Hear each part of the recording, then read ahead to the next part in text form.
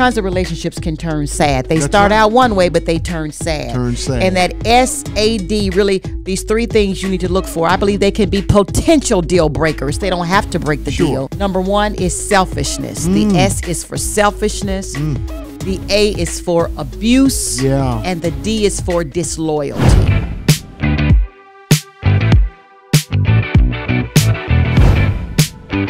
Hello, I'm Genette Howard. And I'm Dexter Howard, and welcome to another episode of our House United Marriage and Family Podcast. And today we got another great episode for you all. We are going to be talking about relationship deal breakers. Yes. Yeah. Yes. Because, you know, there really are some deal breakers. There really are. In our relationships. And, you know, generally our context is marriage and family relationships. Yeah. But this content that we're sharing today, it's not just, I think we can use these. It can encompass any and every relationship. These guideposts for every relationship. Work relationships. Yeah, any relationship. Friendship. Literally any relationship that you are in with a human being, including your spouse. I even say including your children, and I really want to talk about that. Okay. Of how what we're going to teach today is really critical, even in relationships with children, because they can turn toxic sometimes. Absolutely, they can. And so, anyway, I think it's a really important topic, and hopefully, as we get into this and we begin to share these insights, that you'll subscribe to this channel, and then also like and share it with someone. Okay, like and share with someone. So relationships are vital to our life, right? Yeah, absolutely. You know, and research has shown that relationships are so powerful that they can actually affect our quality of life. Sure. They can affect our health. They affect our happiness. They even affect our longevity. Did you know that? The quality of our relationships can affect our longevity. And you know, that's why, and I know what we're talking about is human relationships, right? But that's why people get pets. That's why people get pets, because they need. We need relationship. Love is critical. We need relationship. We need to be able to relate. Absolutely. With another human being. Absolutely. God created us that way. We are relational. We are relational, and that's really why there were so many mental challenges that arose. During COVID. Absolutely. Because humans were not created to be in isolation.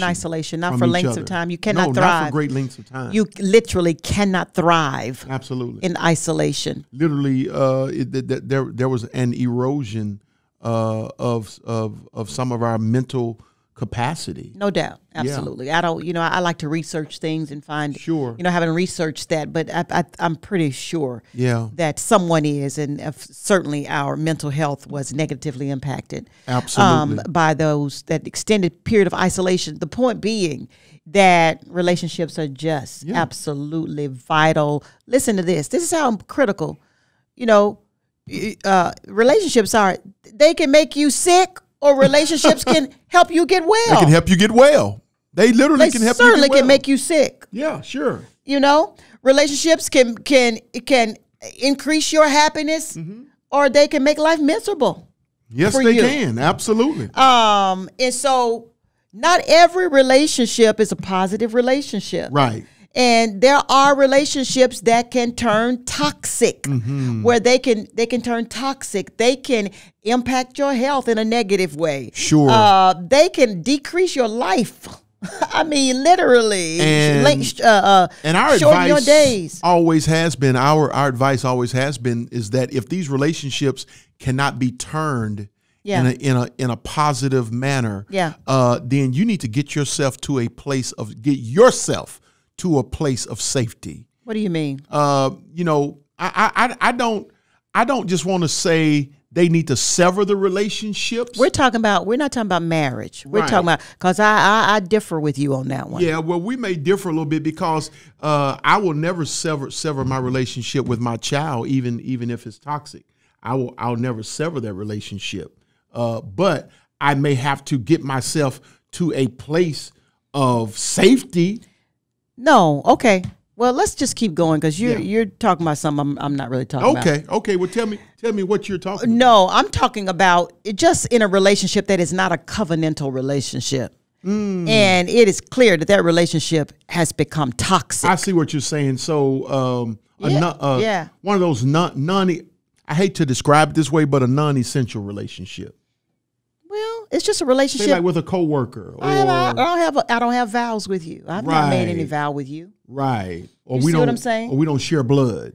Or we don't share blood or whatever. Yeah. Okay. But gotcha. see, I'm huge on self-love. Sure, absolutely. I'm huge on loving other people, but I'm also huge on loving myself. Yeah. I want to live a long, strong, happy life. Yeah. And when a relationship becomes toxic to where it is impacting my health, where it is impacting my life in a negative way. Yeah. It's just a friendship or some other kind of relationship, and it's turned into what we're gonna teach you in a minute, sad. Yeah. Then absolutely, I think it's to preserve yourself. Yeah, get yourself to a place of sever it. Yeah, let that go. Where you can preserve yourself. Absolutely. Where you can preserve your own health. So I've been there, done that. Yeah. And I'm in my 50s, and I don't play around with that. Yeah. You know? Yeah. And so I want to live long and strong because the enemy can sow people into your life as well. Absolutely, yeah. That are intended to bring. And we've seen that. Absolutely. That are tended to bring destruction and confusion and chaos in your life and stress. Oh, Lord. And so that's what I'm saying. And it has a certain profile. And we're going to talk about what that profile is. Yeah. And so I just want to be But I'm not saying that in a covenantal relationship now. Yeah. We're going to talk about that. Yeah, we need to be And there's very a different way clear on to that. approach that. Absolutely. Because those can turn toxic as well. Absolutely. And there's a different way to approach that. But I'm talking about, casual, just friendships. Casual. Yeah, absolutely. And I'm in total agreement with you. Yeah, and they can turn toxic. People can suddenly reveal themselves. Total agreement. Total agreement. And you just keep going on and on and on and on and on trying to be nice with somebody, but it is bringing great confusion and harm into your life. Cut that off. And we've always heard that when someone shows you who they are, believe them. Believe them. So I just want to be stop making excuses for them. Believe them. Yeah, Mama Bear wanted to be clear with you on that one, okay? But so we call these deal breakers. And we call them SAD. SAD, S-A-D. It's an acronym, S-A-D. S-A-D. So what does SAD stand for? SAD stands for these 3 signs that you need to look for in any relationship, right? And in a marriage relationship, because certainly relationships can turn sad. Sure. All kinds of relationships can turn sad. They start out one way, but they turn sad. And that SAD, really, these 3 things you need to look for. I believe they can be potential deal breakers. They don't have to break the deal, but they can be potential deal breakers. Number 1 is selfishness. The S is for selfishness.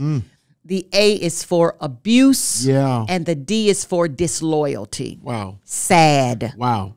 Okay. Wow. So when these 3 symptoms, when you start experiencing these 3 symptoms, let your antennas go up. Absolutely. Okay. Yeah. In a marriage, I think that relationship is so incredibly vital, right? Yeah. That's a covenantal relationship right there. That's right. It's a legal relationship for one. It's legal. But beyond legal, it's a spiritual covenant vow, sacred relationship. They can turn sad. Yeah, Selfishness, absolutely. abuse, and disloyalty can enter into that. And then even that can become toxic. Something that's sacred, that was ordained by God, is probably going to come up under as much attack as any other relationship, if not greater. Yes. And so let's just talk about these potential deal breakers. They do have the potential to break the deal if they can't be turned around. Absolutely. Okay. And the first is selfishness. And so, why do you feel like selfishness is so disastrous in a relationship? Because I think at the root of every problem, in relationships, at the root of every problem in a relationship, it can all be pointed back towards selfishness. Yeah. I mean, you can just if you dig long enough and you dig hard enough, you're going to be able to point it back to there was some selfishness involved in somebody. Somebody got consumed with Somebody themselves. got consumed with themselves. Right. Where everything was all about me. So that the relationship was about me, is for me. Oh, wow. Everything in the relationship is to serve is me. to serve me. Yeah, wow. And that definitely is a potential that can lead to some deal breakers. Absolutely. Yeah. It's the root of it. Yeah. Absolutely. Yeah. Because, if you think about a relationship, the very nature of a relationship is reciprocity. Reciprocity. Absolutely. Wow. We do things for each other. Wow. We serve each other. Yeah. Mutuality. We sacrifice for each other. other. We are concerned about each other's happiness and well-being and success. That's good. It's the each other. But when the selfishness enters in, they only care about pleasing they themselves. only care about themselves. They forget about the each other part of a relationship. And when you are self-consumed, eventually, and the other person is constantly giving, My God. eventually somebody is going to be so drained. Yeah, they're going to drain you dry. And you're literally going to drain them dry. You're going to drain them They're not going to dry. have anything else to give. Absolutely.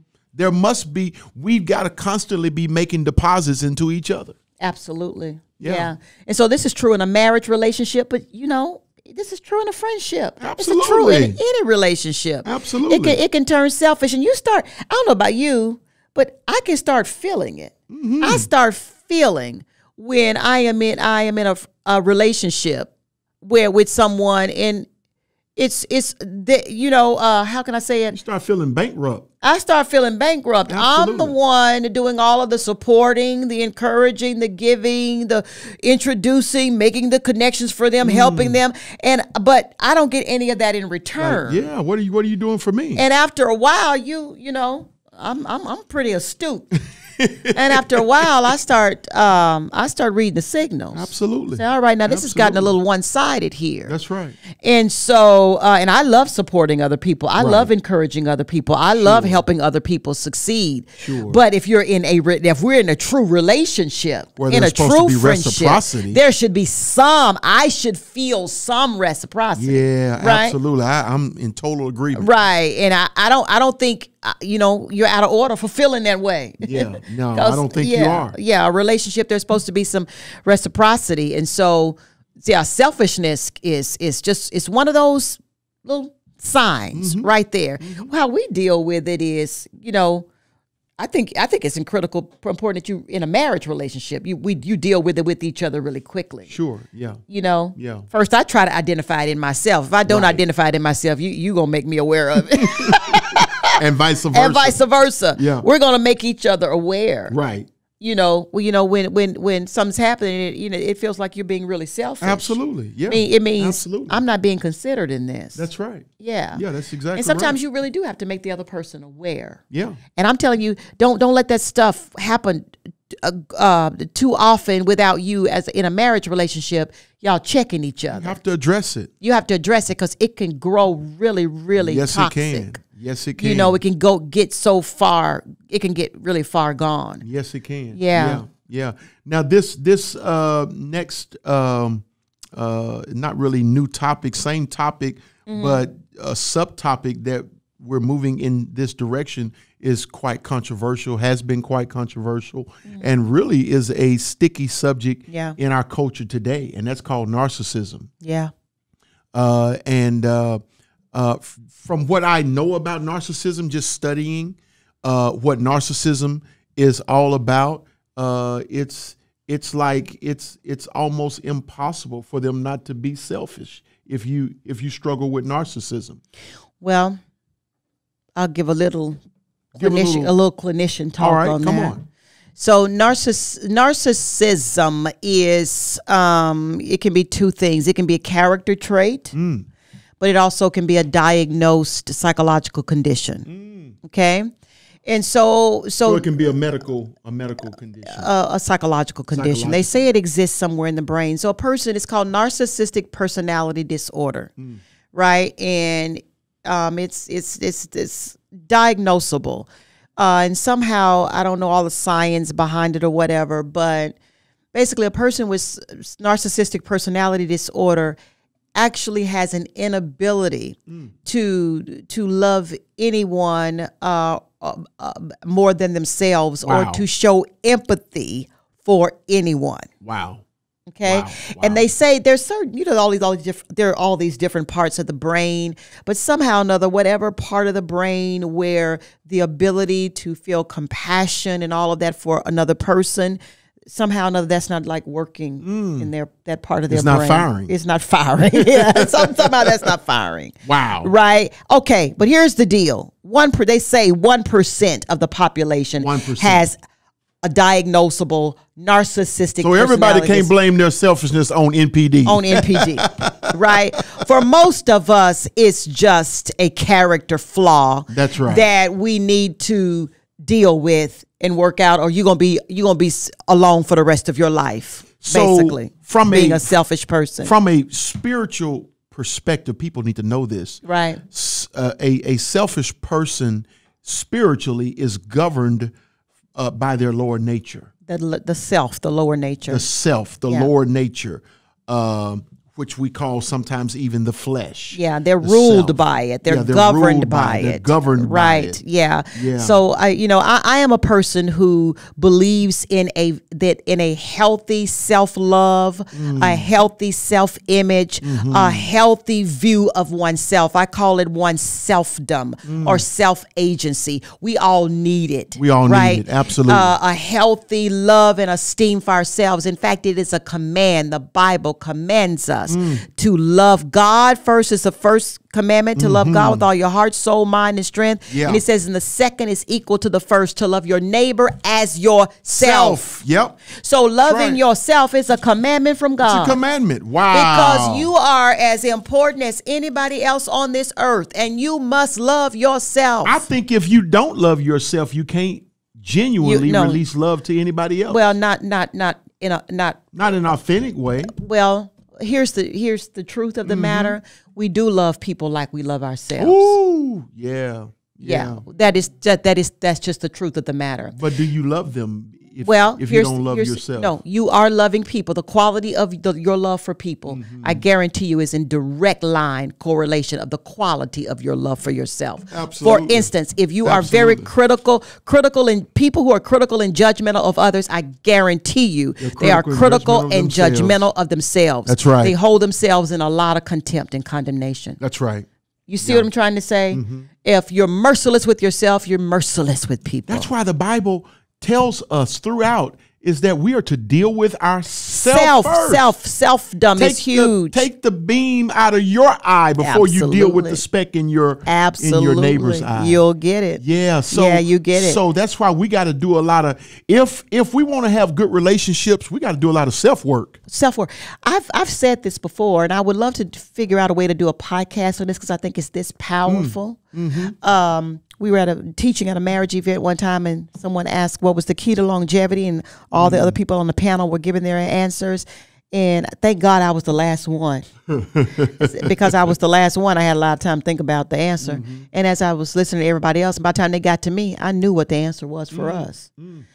I think the key to our longevity is self-development. Self-development, absolutely. We've done a whole bunch of work on ourselves. Absolutely, I would agree. Yeah, I haven't agree totally. I stopped working on you a long time ago. I stopped trying to make you a better man, a better husband, That's not my job. Yeah, that's exactly it's not my job. Exactly I started working on myself. As a matter of fact, if we're having challenges in our relationship, very little do I go to God about you. Yeah. When I go to God in prayer, it's normally about God, help me. You don't say this woman you gave me. Work on me. No. Work, God, deal with something in whatever it is in me. Absolutely. Yeah. Yeah, self-development. And so, even beyond, I do some of this professionally as a life coach. Of course, I've learned a lot, but I'm in the personal development space. And I just think personal development is so critical. Yeah, it's critical. It's just absolutely critical that we are working on our self-agency. Let's go to the scripture in James chapter 3, verse 13. And it says, "Who is wise and understanding among you? Let him show by good conduct that his works are done in the meekness of wisdom.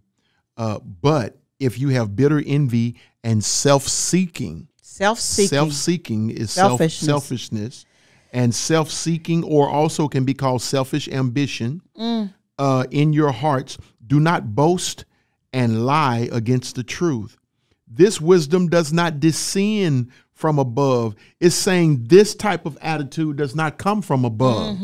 It's saying, but it is earthly. Wow. It is sensual. Based on the senses. Yeah. It is demonic even. Ooh. Verse 16 says, "For where envy and selfishness is," or self-seeking exists, wow, confusion and every evil thing are there. Wow, so selfishness in our relationship, selfishness is the root of all of that, of the confusion. Absolutely. All is selfishness at the root of that. Yeah, and whatever other evil thing that the enemy could contrive against your relationship resides in selfishness. In selfishness. It's almost like you're arming this real enemy that we have that is battling against our good success as a family, as a couple. It's like as friends. It's like we're arming this enemy, saying, here's the ammunition to shoot me. Yeah. Wow. Wow. So a selfish person, y'all, is just not pleasant to be in a relationship with. And so if you don't deal with that selfishness in your relationship with your spouse, your siblings, your children, any relationship, mother, father, when that selfishness comes up, we got to deal with that in the relationship, for the relationship not to turn, toxic and disastrous. If you don't deal with it, a selfish person is liable to do anything to benefit themselves. Yeah, they will. And they can't totally be trusted. Absolutely, yeah. Can't totally be trusted in the relationship. Right. So selfishness is the first potential deal breaker in a relationship. Some of you right now may be diagnosing as we give these, which is a good thing, these symptoms, or these I guess building this profile, right? For sad. It really may help you pinpoint what's really the problem in the relationship. Absolutely. What you need to address in the relationship. Okay. Selfishness, number one. So the next one, number two, is abuse. Abuse, yeah. Which is, and I love words. I love play on word. Abuse. If you think of abuse, it's just abuse, abnormal use. Yeah. It's improper use of someone, right, or something. Yeah. When you abuse, like if I took this microphone and started pounding it on the floor, well, that's abuse. Because it's not the use of it. Because that's not the use of it. It's used to do what we're doing now, and speaking into it, not to pound it. Right. And it's like that when we abuse people and when we abuse our relationships. It's improper use of that thing or that person, violent or cruel treatment. So abuse comes in all forms. Yeah. And not just domestic abuse, but also with men abusing women. But we've heard of situations where women abuse men as well. Absolutely. It's I true. mean, it's real. Yeah. It's very, very real. But also even beyond domestic abuse, employee abuse. Yeah. Bullying at school. Heard some ungodly statistic the other day about how many kids stay at home from school because of bullying. Absolutely. It's really gotten to epidemic proportions. Verbal abuse, physical abuse. Emotional abuse. Mental abuse. Absolutely. Not talking to your spouse it can be a form of abuse. Emotional abuse. Especially if you're doing it intentionally. For that purpose. Yeah, you're withholding. You're withholding. You know, what a spouse needs emotionally or whatever because That's you're right. angry. Well, you know, that's abusive. That's right. Right there. You know? And abuse has disastrous effects. Yeah. It has disastrous effects on your spirit, on your mind, on your body. Of course, to the extreme, an abusive relationship, it could even end in the unfathomable, which is death. Right. Right. It can end in death. And abuse is never to be justified. Absolutely never to be tolerated. Yeah. On any level whatsoever. But it must be dealt with quickly and decisively. I'm huge on that one.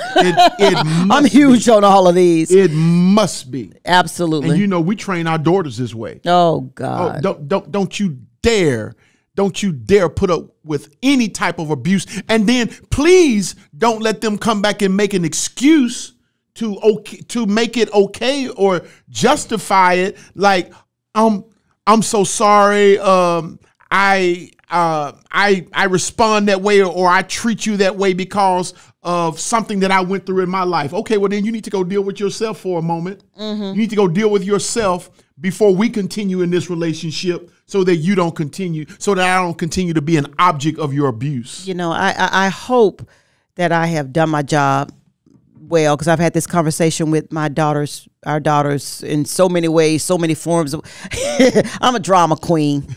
And so we even got... you think? Yeah. Oh, I can do a whole skit. I've done a whole skit with my girls on how to handle, you know, if a young man... it's a whole skit. So, but, you know, it's beyond, not him raising his hand to hit you. I'm talking about even talking to you in a certain way. Yes. I'm talking about even speaking to you in a way that would a voice inflection. Yeah. Don't put up with it. Don't put up with it in any way. No. You've got to know your worth. You've got to know your worth. And you must demand. You must demand. Now you must demand a certain treatment. And so you can't make a person treat you anyway. No. But you can remove yourself. You better believe it. You can control how you're treated. You can control how you're treated. Now, you can't control how someone treats you. Absolutely. But you You can control. You can control how you are treated. Yeah. So you can't control a person's, you know, thoughts or reactions or behaviors or anger. That's theirs to control. That's theirs to manage. You can't control that. But when that crosses the border over into my territory and it looks like it has the potential to harm me, I can control me. Absolutely. And so I might not can control you, but I can get the heck out of Dodge. This is both ways, you know. This is both ways. You know, a lot of the times, and I speak as a man, you know, we sometimes take the brunt of the criticism for abuse, and it's probably well justified. Well, it's just because you're bigger and you know, whatever. But ladies, yes, absolutely. How you talk to your man, or how you talk to a man that you may be in relationship with, you need to be careful about your voice tone or how you are talking to that man. Or what you are saying, and the words that you are saying. The manner in which you're saying. Your words are violent. Your words are cruel. Your words are harmful. And when a person decides that they don't want to tolerate that anymore, you see, that's narcissistic behavior for you to hurt somebody and then you get mad because they got hurt for what you did. Oh my Lord, yes. So I cuss you out, or for instance, I curse you out, and then you cry or you say I'm not taking this anymore and you leave. Now I make you feel guilty for because I left. Because you left. Oh Lord. I take no responsibility. Oh Lord. Do you see that happens? That happens every day of the week. Oh, absolutely. It happens every day of the week. So I'm just don't let nobody play that Jedi mind trick on you. Please. And so it's a mind game. That's right. But when somebody's abusive behavior crosses into your boundary of your selfdom, and it begins affecting you and yourself, you have every right or responsibility, responsibility to yourself. That's right. To yourself, to protect yourself, remove yourself, decide what you will tolerate and what you will not tolerate. And the quicker you do that in the relationship, the better. The better, my God. Because you can't, you know. So this is how I train my young daughters. Do it quickly. The first sign he shows. And can I make this point? You deal with that quickly, girlfriend. Can I make this point? You must set the standard. You must set the bar early. Like what you're saying. Yes. Set the bar early. Set the expectations early of what you will and what you will not tolerate. Absolutely. You must. It's actually unfair to that person. Absolutely. If you don't set the bar for them, if you don't set the standard for them. Absolutely. Okay? And so my wife and I, we do a very good job of that. We both know each other's boundaries. We know each other's boundaries. Yeah, we know each other's boundaries, and we know not to cross those boundaries. Absolutely. Absolutely. And I think that's a form of respect when you don't cross a person's boundaries. When you know a person's boundaries and you make it a point not to cross those boundaries. You make it a point. I think that's a form of respect. Absolutely. It is. Absolutely. Yeah. So well, let me speak to this boundary though. Absolutely. So I do want to say this, is when you're with those boundaries, you have to give a lot of grace as well. Absolutely. So because after all, we're only human. We're human beings. And so while we do have boundaries, there are certain things I am not going to tolerate, but it's not a long list. No, yeah. It's really not a long, my things that are intolerable, I will not tolerate. Right. It's not a long list. That's right. So I don't have you walking around on eggshells feeling like you got to be perfect all the time, say all the right things to me or whatever. It's not a long list. No. It's not a long list. Yeah. There is plenty of room for humanity. Sure. Because we are human beings. That's right. But there must be, I'll be honest with you, it's probably these three things that I just will not tolerate. It's probably just these three. Yeah. They're intolerable for me. Absolutely. A long-standing selfishness where I feel like, I'm constantly getting the short end of the stick with everything. Depleted. I'm just giving.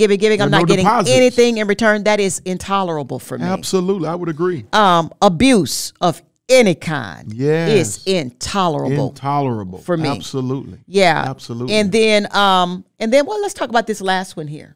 Okay. Disloyalty, of course. Yeah. Disloyalty. Failing to support or to be true to someone or something.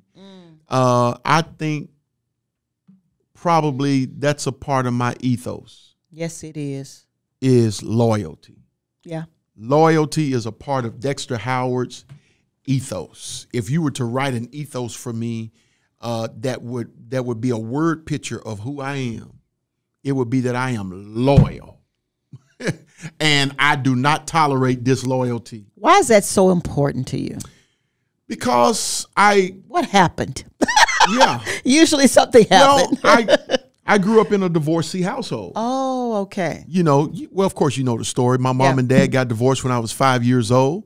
And because of that, I experienced what seemed to me, he may not intentionally meant it to come across that way, but I felt abandoned.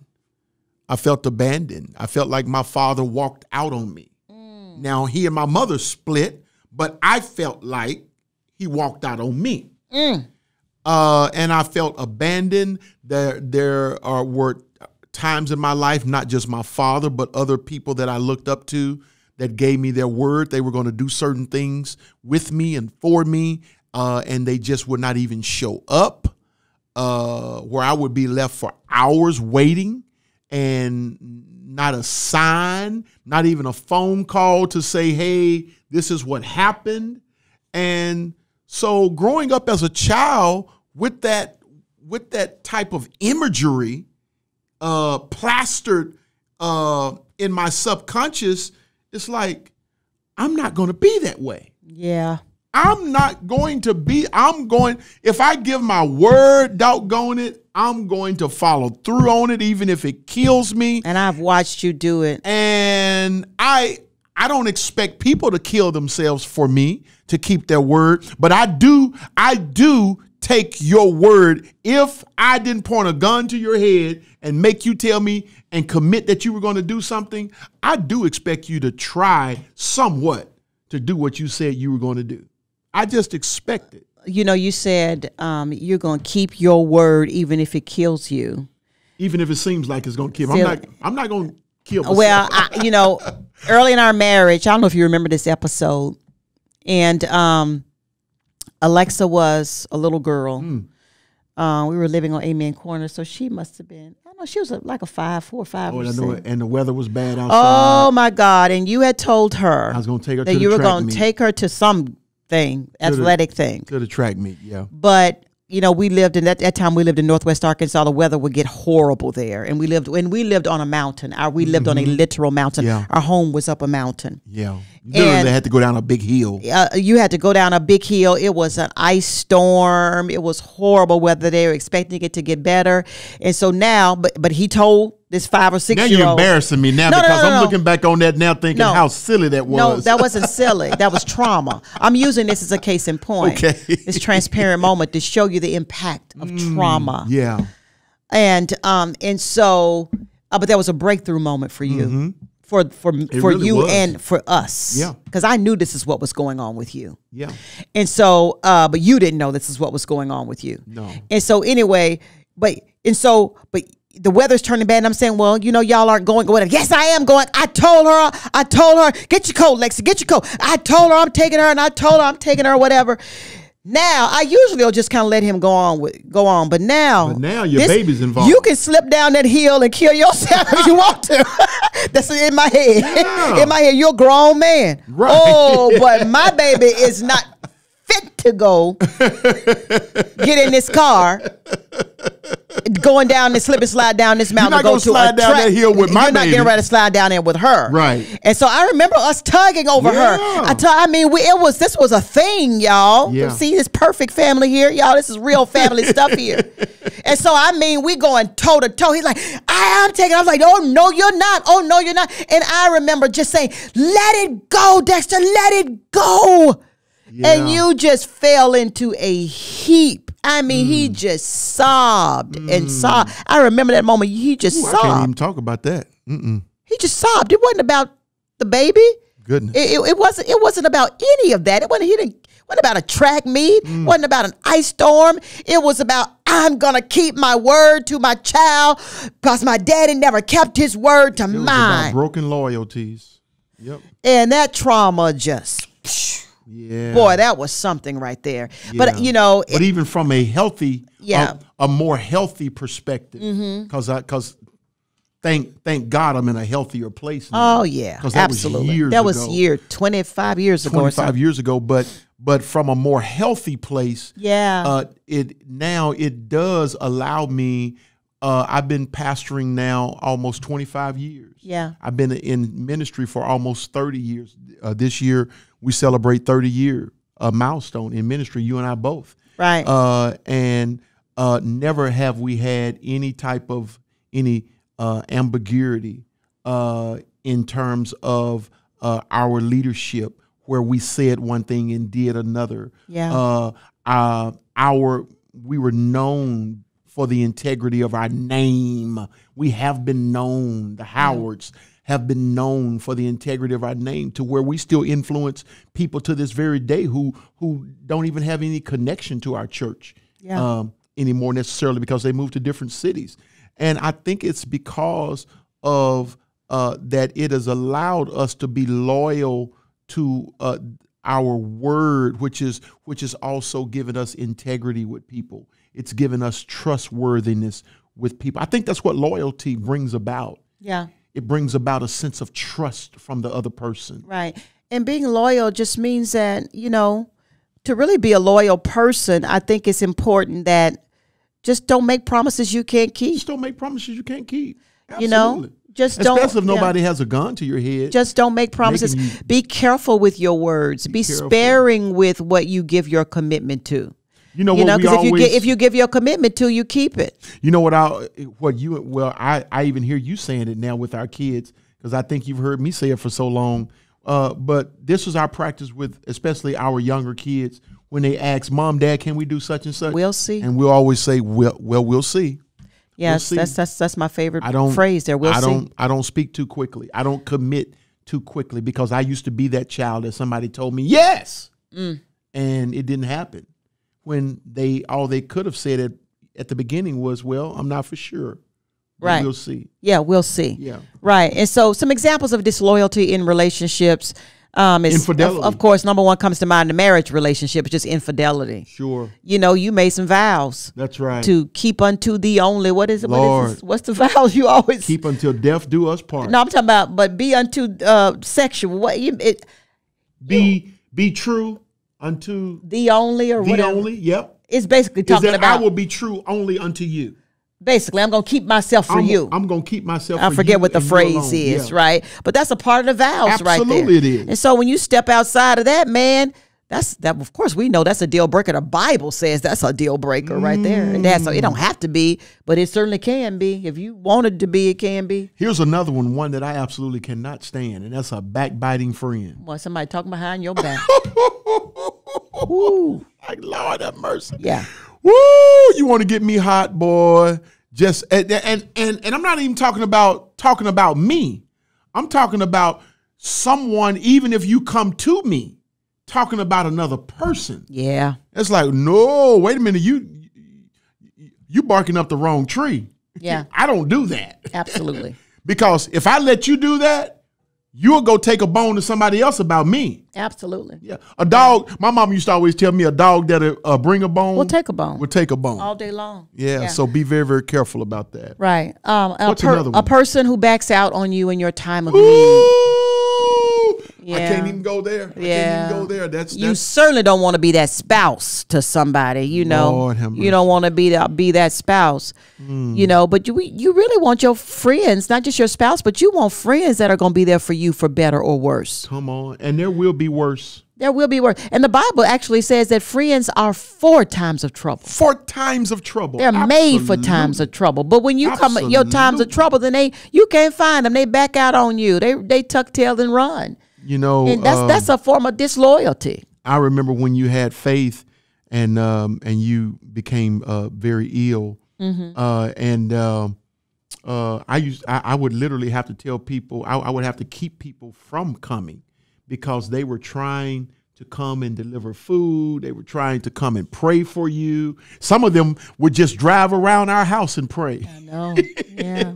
They wouldn't even come in. They would just drive around and those are friends. Those are friends. Yeah. The Bible says a friend are made for times of adversity. Times of adversity, yeah. Yeah. Absolutely. And what's another one, babe? Of course, the obvious one, a person that just will lie on you. Ooh. You know, that's a horrible. I think that's your pet peeve right there. You hate to be lied on. I hate to be lied on. You hate to be lied on. And I don't lie on other people. And you don't lie on other people. I hate to not just lied on. I hate to be misrepresented. I think that's where your name comes from. Genuine. Yeah. Yeah. I'm a truth teller. You don't misrepresent people. And you don't like being misrepresented. And I do not like to be misrepresented. Yeah. It makes me almost want to cry. It angers me. You know, when someone will say something, I did not say that. Yeah. Or twist my words. And I'm in the words business. Yeah. And particularly if they misrepresent me or in twist my character. Or twist, because that twists my character. Ooh. Or you'll misrepresent me in a way that makes me look like I'm harmful to people. Yeah. And see, that makes me want to weep because I love people. I'm in the helping people business. Yes, I am not in the harming people business. Absolutely. And so, yeah, that's a big deal for me. That's a big deal. For someone to lie on me or misrepresent me. Yeah. And that's just malicious. That's just juggler for me to do that. That's just malicious. Right. How about a person steals from you? Yeah, of course, that's disloyal. That's disloyal. Yeah, a person just will steal from you. And then a person just deceiving you. You know, deception means they say one thing, you know, but they really mean another. That sort of thing. It's just deceiving. Deception is presenting themselves as an angel of light. Oh wow! But they are not for you. Wow. Okay? And so these three things: selfishness, abuse, disloyalty. When you begin to see these signs, don't overlook them. Don't even overthink them. Don't even overthink them. It is what it is. Again, when somebody shows you who they are, believe them. Believe them. But here's the thing: they don't have to be deal breakers. No, because I've had friendships. Now some of this has been even in our relationship from time to time. They didn't break the deal. No. But we had to deal with it. We had to work through it. Absolutely. I even have had a situation with not a lot of friends, but some friends that some of these things came up. Yeah. And we dealt with it. You had to deal with it. Thank God we dealt with it, and still the friendship is still intact. Very valuable friendships in my life. And the relationship was able to make a positive shift. Make a positive shift. Relationships can make positive shifts. If the relationship can make a positive shift, then there does not have to be a deal breaker. It does not have It does to, not no, have to break the deal. It does not have to break the deal. Absolutely. It can shift. It can turn around But in your marriage and in just your friendships. But you must deal with it. Yeah, you got to deal with it. You must deal with it. So quickly, how can we deal with some of these deal breakers? When we see any of these deal breakers, I think the first thing is to deal with yourself. Deal with yourself. Yeah, Absolutely. you got to deal with yourself. Absolutely. And that means, truth be told, everybody struggles with selfishness on some level. Okay? So basically what I'm saying is any of us can be guilty of any of these things at any time. That's right. That's right. You could be the one that's dealing with being selfish in the relationship. That's right. You could be the one that's abusing in the relationship. And when I say abusing, maybe not hitting. Sure. But it could be abusing when I'm just using my words. Sure. Against you. That's right. And harming you. Yeah. That's abuse. And women, these mouths, we can do it.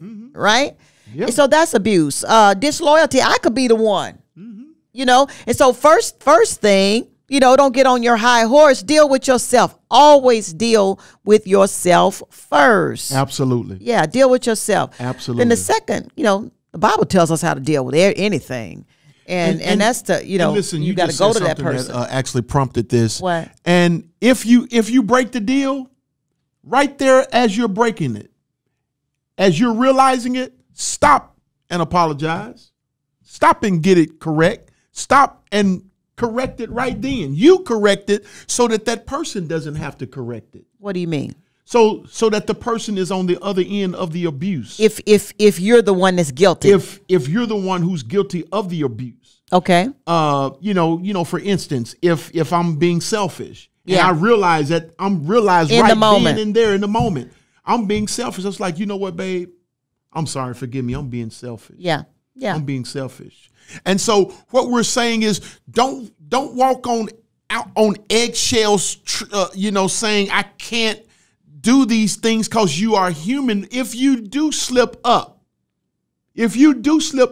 and you just having a bad day and you may be some selfishness coming out. Acknowledge it, recognize it, and deal with it. Yeah, deal with it. Deal with it. Yeah, just deal with it. And then what's the next thing? Well, after you deal with yourself, you go to the person alone. And I do say, Lord, I've learned that one. Go alone. Go to that person alone and tell them your concerns about the relationship. And the Bible even tells us to do that. Yeah. That's where we got it from. I mean, that's so real right there. Absolutely. Go to that person alone. Don't go like my little girls did. Ooh, Jesus. They had a little friend relationship, little thing happened in college. And they called me about how to handle it. And they said, well, we're thinking about, because this person, has done this has everybody in our friend group this person has been doing whatever to them. And we've been thinking about going to her as a group. I said, wrong. Don't do it. Please do not. You never go to somebody as a group. Make some feel like you're ganging up on her. And then suddenly this person is going to become the victim. And all of y'all going to be the villains. Right. Yeah, she may have done something to all of y'all, but you don't own their offense. That's right. You speak for yourself. Own your own offense. That's right. I said, so don't do that. You go to her yourself. That's right. And you tell her the specific whatever that she did that harmed you. That's right. Don't talk about anybody but you. That's right. Well, of course, I said, I prayed for them. These are my twin girls. I prayed for them, and I said, I'll call y'all a few days to check on to see what happened. Well, I called them a few days. I said, well, what happened? Well, it didn't turn out so good. I said, what happened? Well, the group went. I said, oh my God. I said, babe, didn't mama tell you? You don't take no group to deal with nobody about anything. It's woman to woman, one-on-one. And the Bible tells us that you go to the person alone. Yeah. And you speak person to person about you and your feelings and alone. That's it. Nobody else. And the nenext thing that we need to do is pursue intervention. If it's worth it. If that relationship. If it's important enough. If it's important enough to you. Because to me, some of them aren't even important enough to do that. Yeah. But if it's valuable enough, absolutely pursue. What does that look like? Maybe like engage your pastor. Engage another family member. Engage a therapist or a professional, a counselor. Yeah. If the relationship is valuable enough, you better believe you need to get some intervention. I believe in it. And then, I believe in it. Of course, for your more casual relationship, the last step that we suggest for your more casual relationships is sometimes you need to break the relationship. There are times, I'm just going to say this. I need to say this because people are in bondage and they're sick and they're dying early deaths because they're not valuing themselves enough. To know when it is time to end a toxic relationship that is making you sick. Yeah, true. And I don't want to see that for anybody. I've seen it too many times. Right. And there are times, even the scriptures gives us ways out. Okay? Because God loves you as much as he loves the person you're in a relationship. God loves you. I heard this person say this. He was a man of God. He just happens to be divorced, but he's a man of God that I respect. And he just happens to be divorced. And there's lots of people who are divorced, and there are reasons to divorce. That's right. But he did say this one ought he had against the church as he had seen it. He says, oftentimes we act like we love the institution of marriage more than the individuals in the marriage. That's so good. That is so good. So good. And so we protect so much. Stay in the marriage, stay in the marriage, stay in the marriage. But there are some marriages that can kill you. So you protect the institution instead of protecting the individual. Instead of the individuals who are in the marriage. Absolutely. Wow. So you don't have to stay in a marriage and just die to protect the institution of a marriage. That's exactly right. If it is destructive to you, I believe in that deeply. If it's a matter of life and death for my girls, I'm advising them to run. Yeah. And it's more than just somebody hitting you upside the head, too. Absolutely. Because it takes two to make anything work out. Abuse, emotional abuse. Absolutely. And so that's my 2 cents on that. Put that on record. You know, where I stand on that. The marriage is a wonderful, holy thing. Yeah. But it should not kill you. Yeah, no relationship. Don't let any relationship cut your life short. Don't let no relationship cut your life short. If you've done that, you've made an idol out of it. That's exactly right. You've put it in a position in your life that it should not really belong. Well, babe, I believe that about does it for today. I think we pretty much exhausted this subject. I think we have. Well, as we like to conclude every episode, that marriage and family are important enough that they're worth learning to do well. And a house that is united cannot fall. See you next time. See you next time. We're on a mission to reach 1 million people or greater with content that inspires strong faith, families, and futures. If you believe that strong marriages and families truly have the power to change the world, then we invite you to partner with Howard International Ministries as a 1 in a million partner. With a monthly $100 contribution, you will receive 20% discount off all ministry products and HIM events. You'll also receive special reserved seating at all events. And of course, we always welcome any one-time gift that you want to give. Giving and partnering with Power International Ministries is quick and easy. Just click the link below for a simple process. There were days where we thought we wouldn't make it out, but we stuck it out. Today's our day.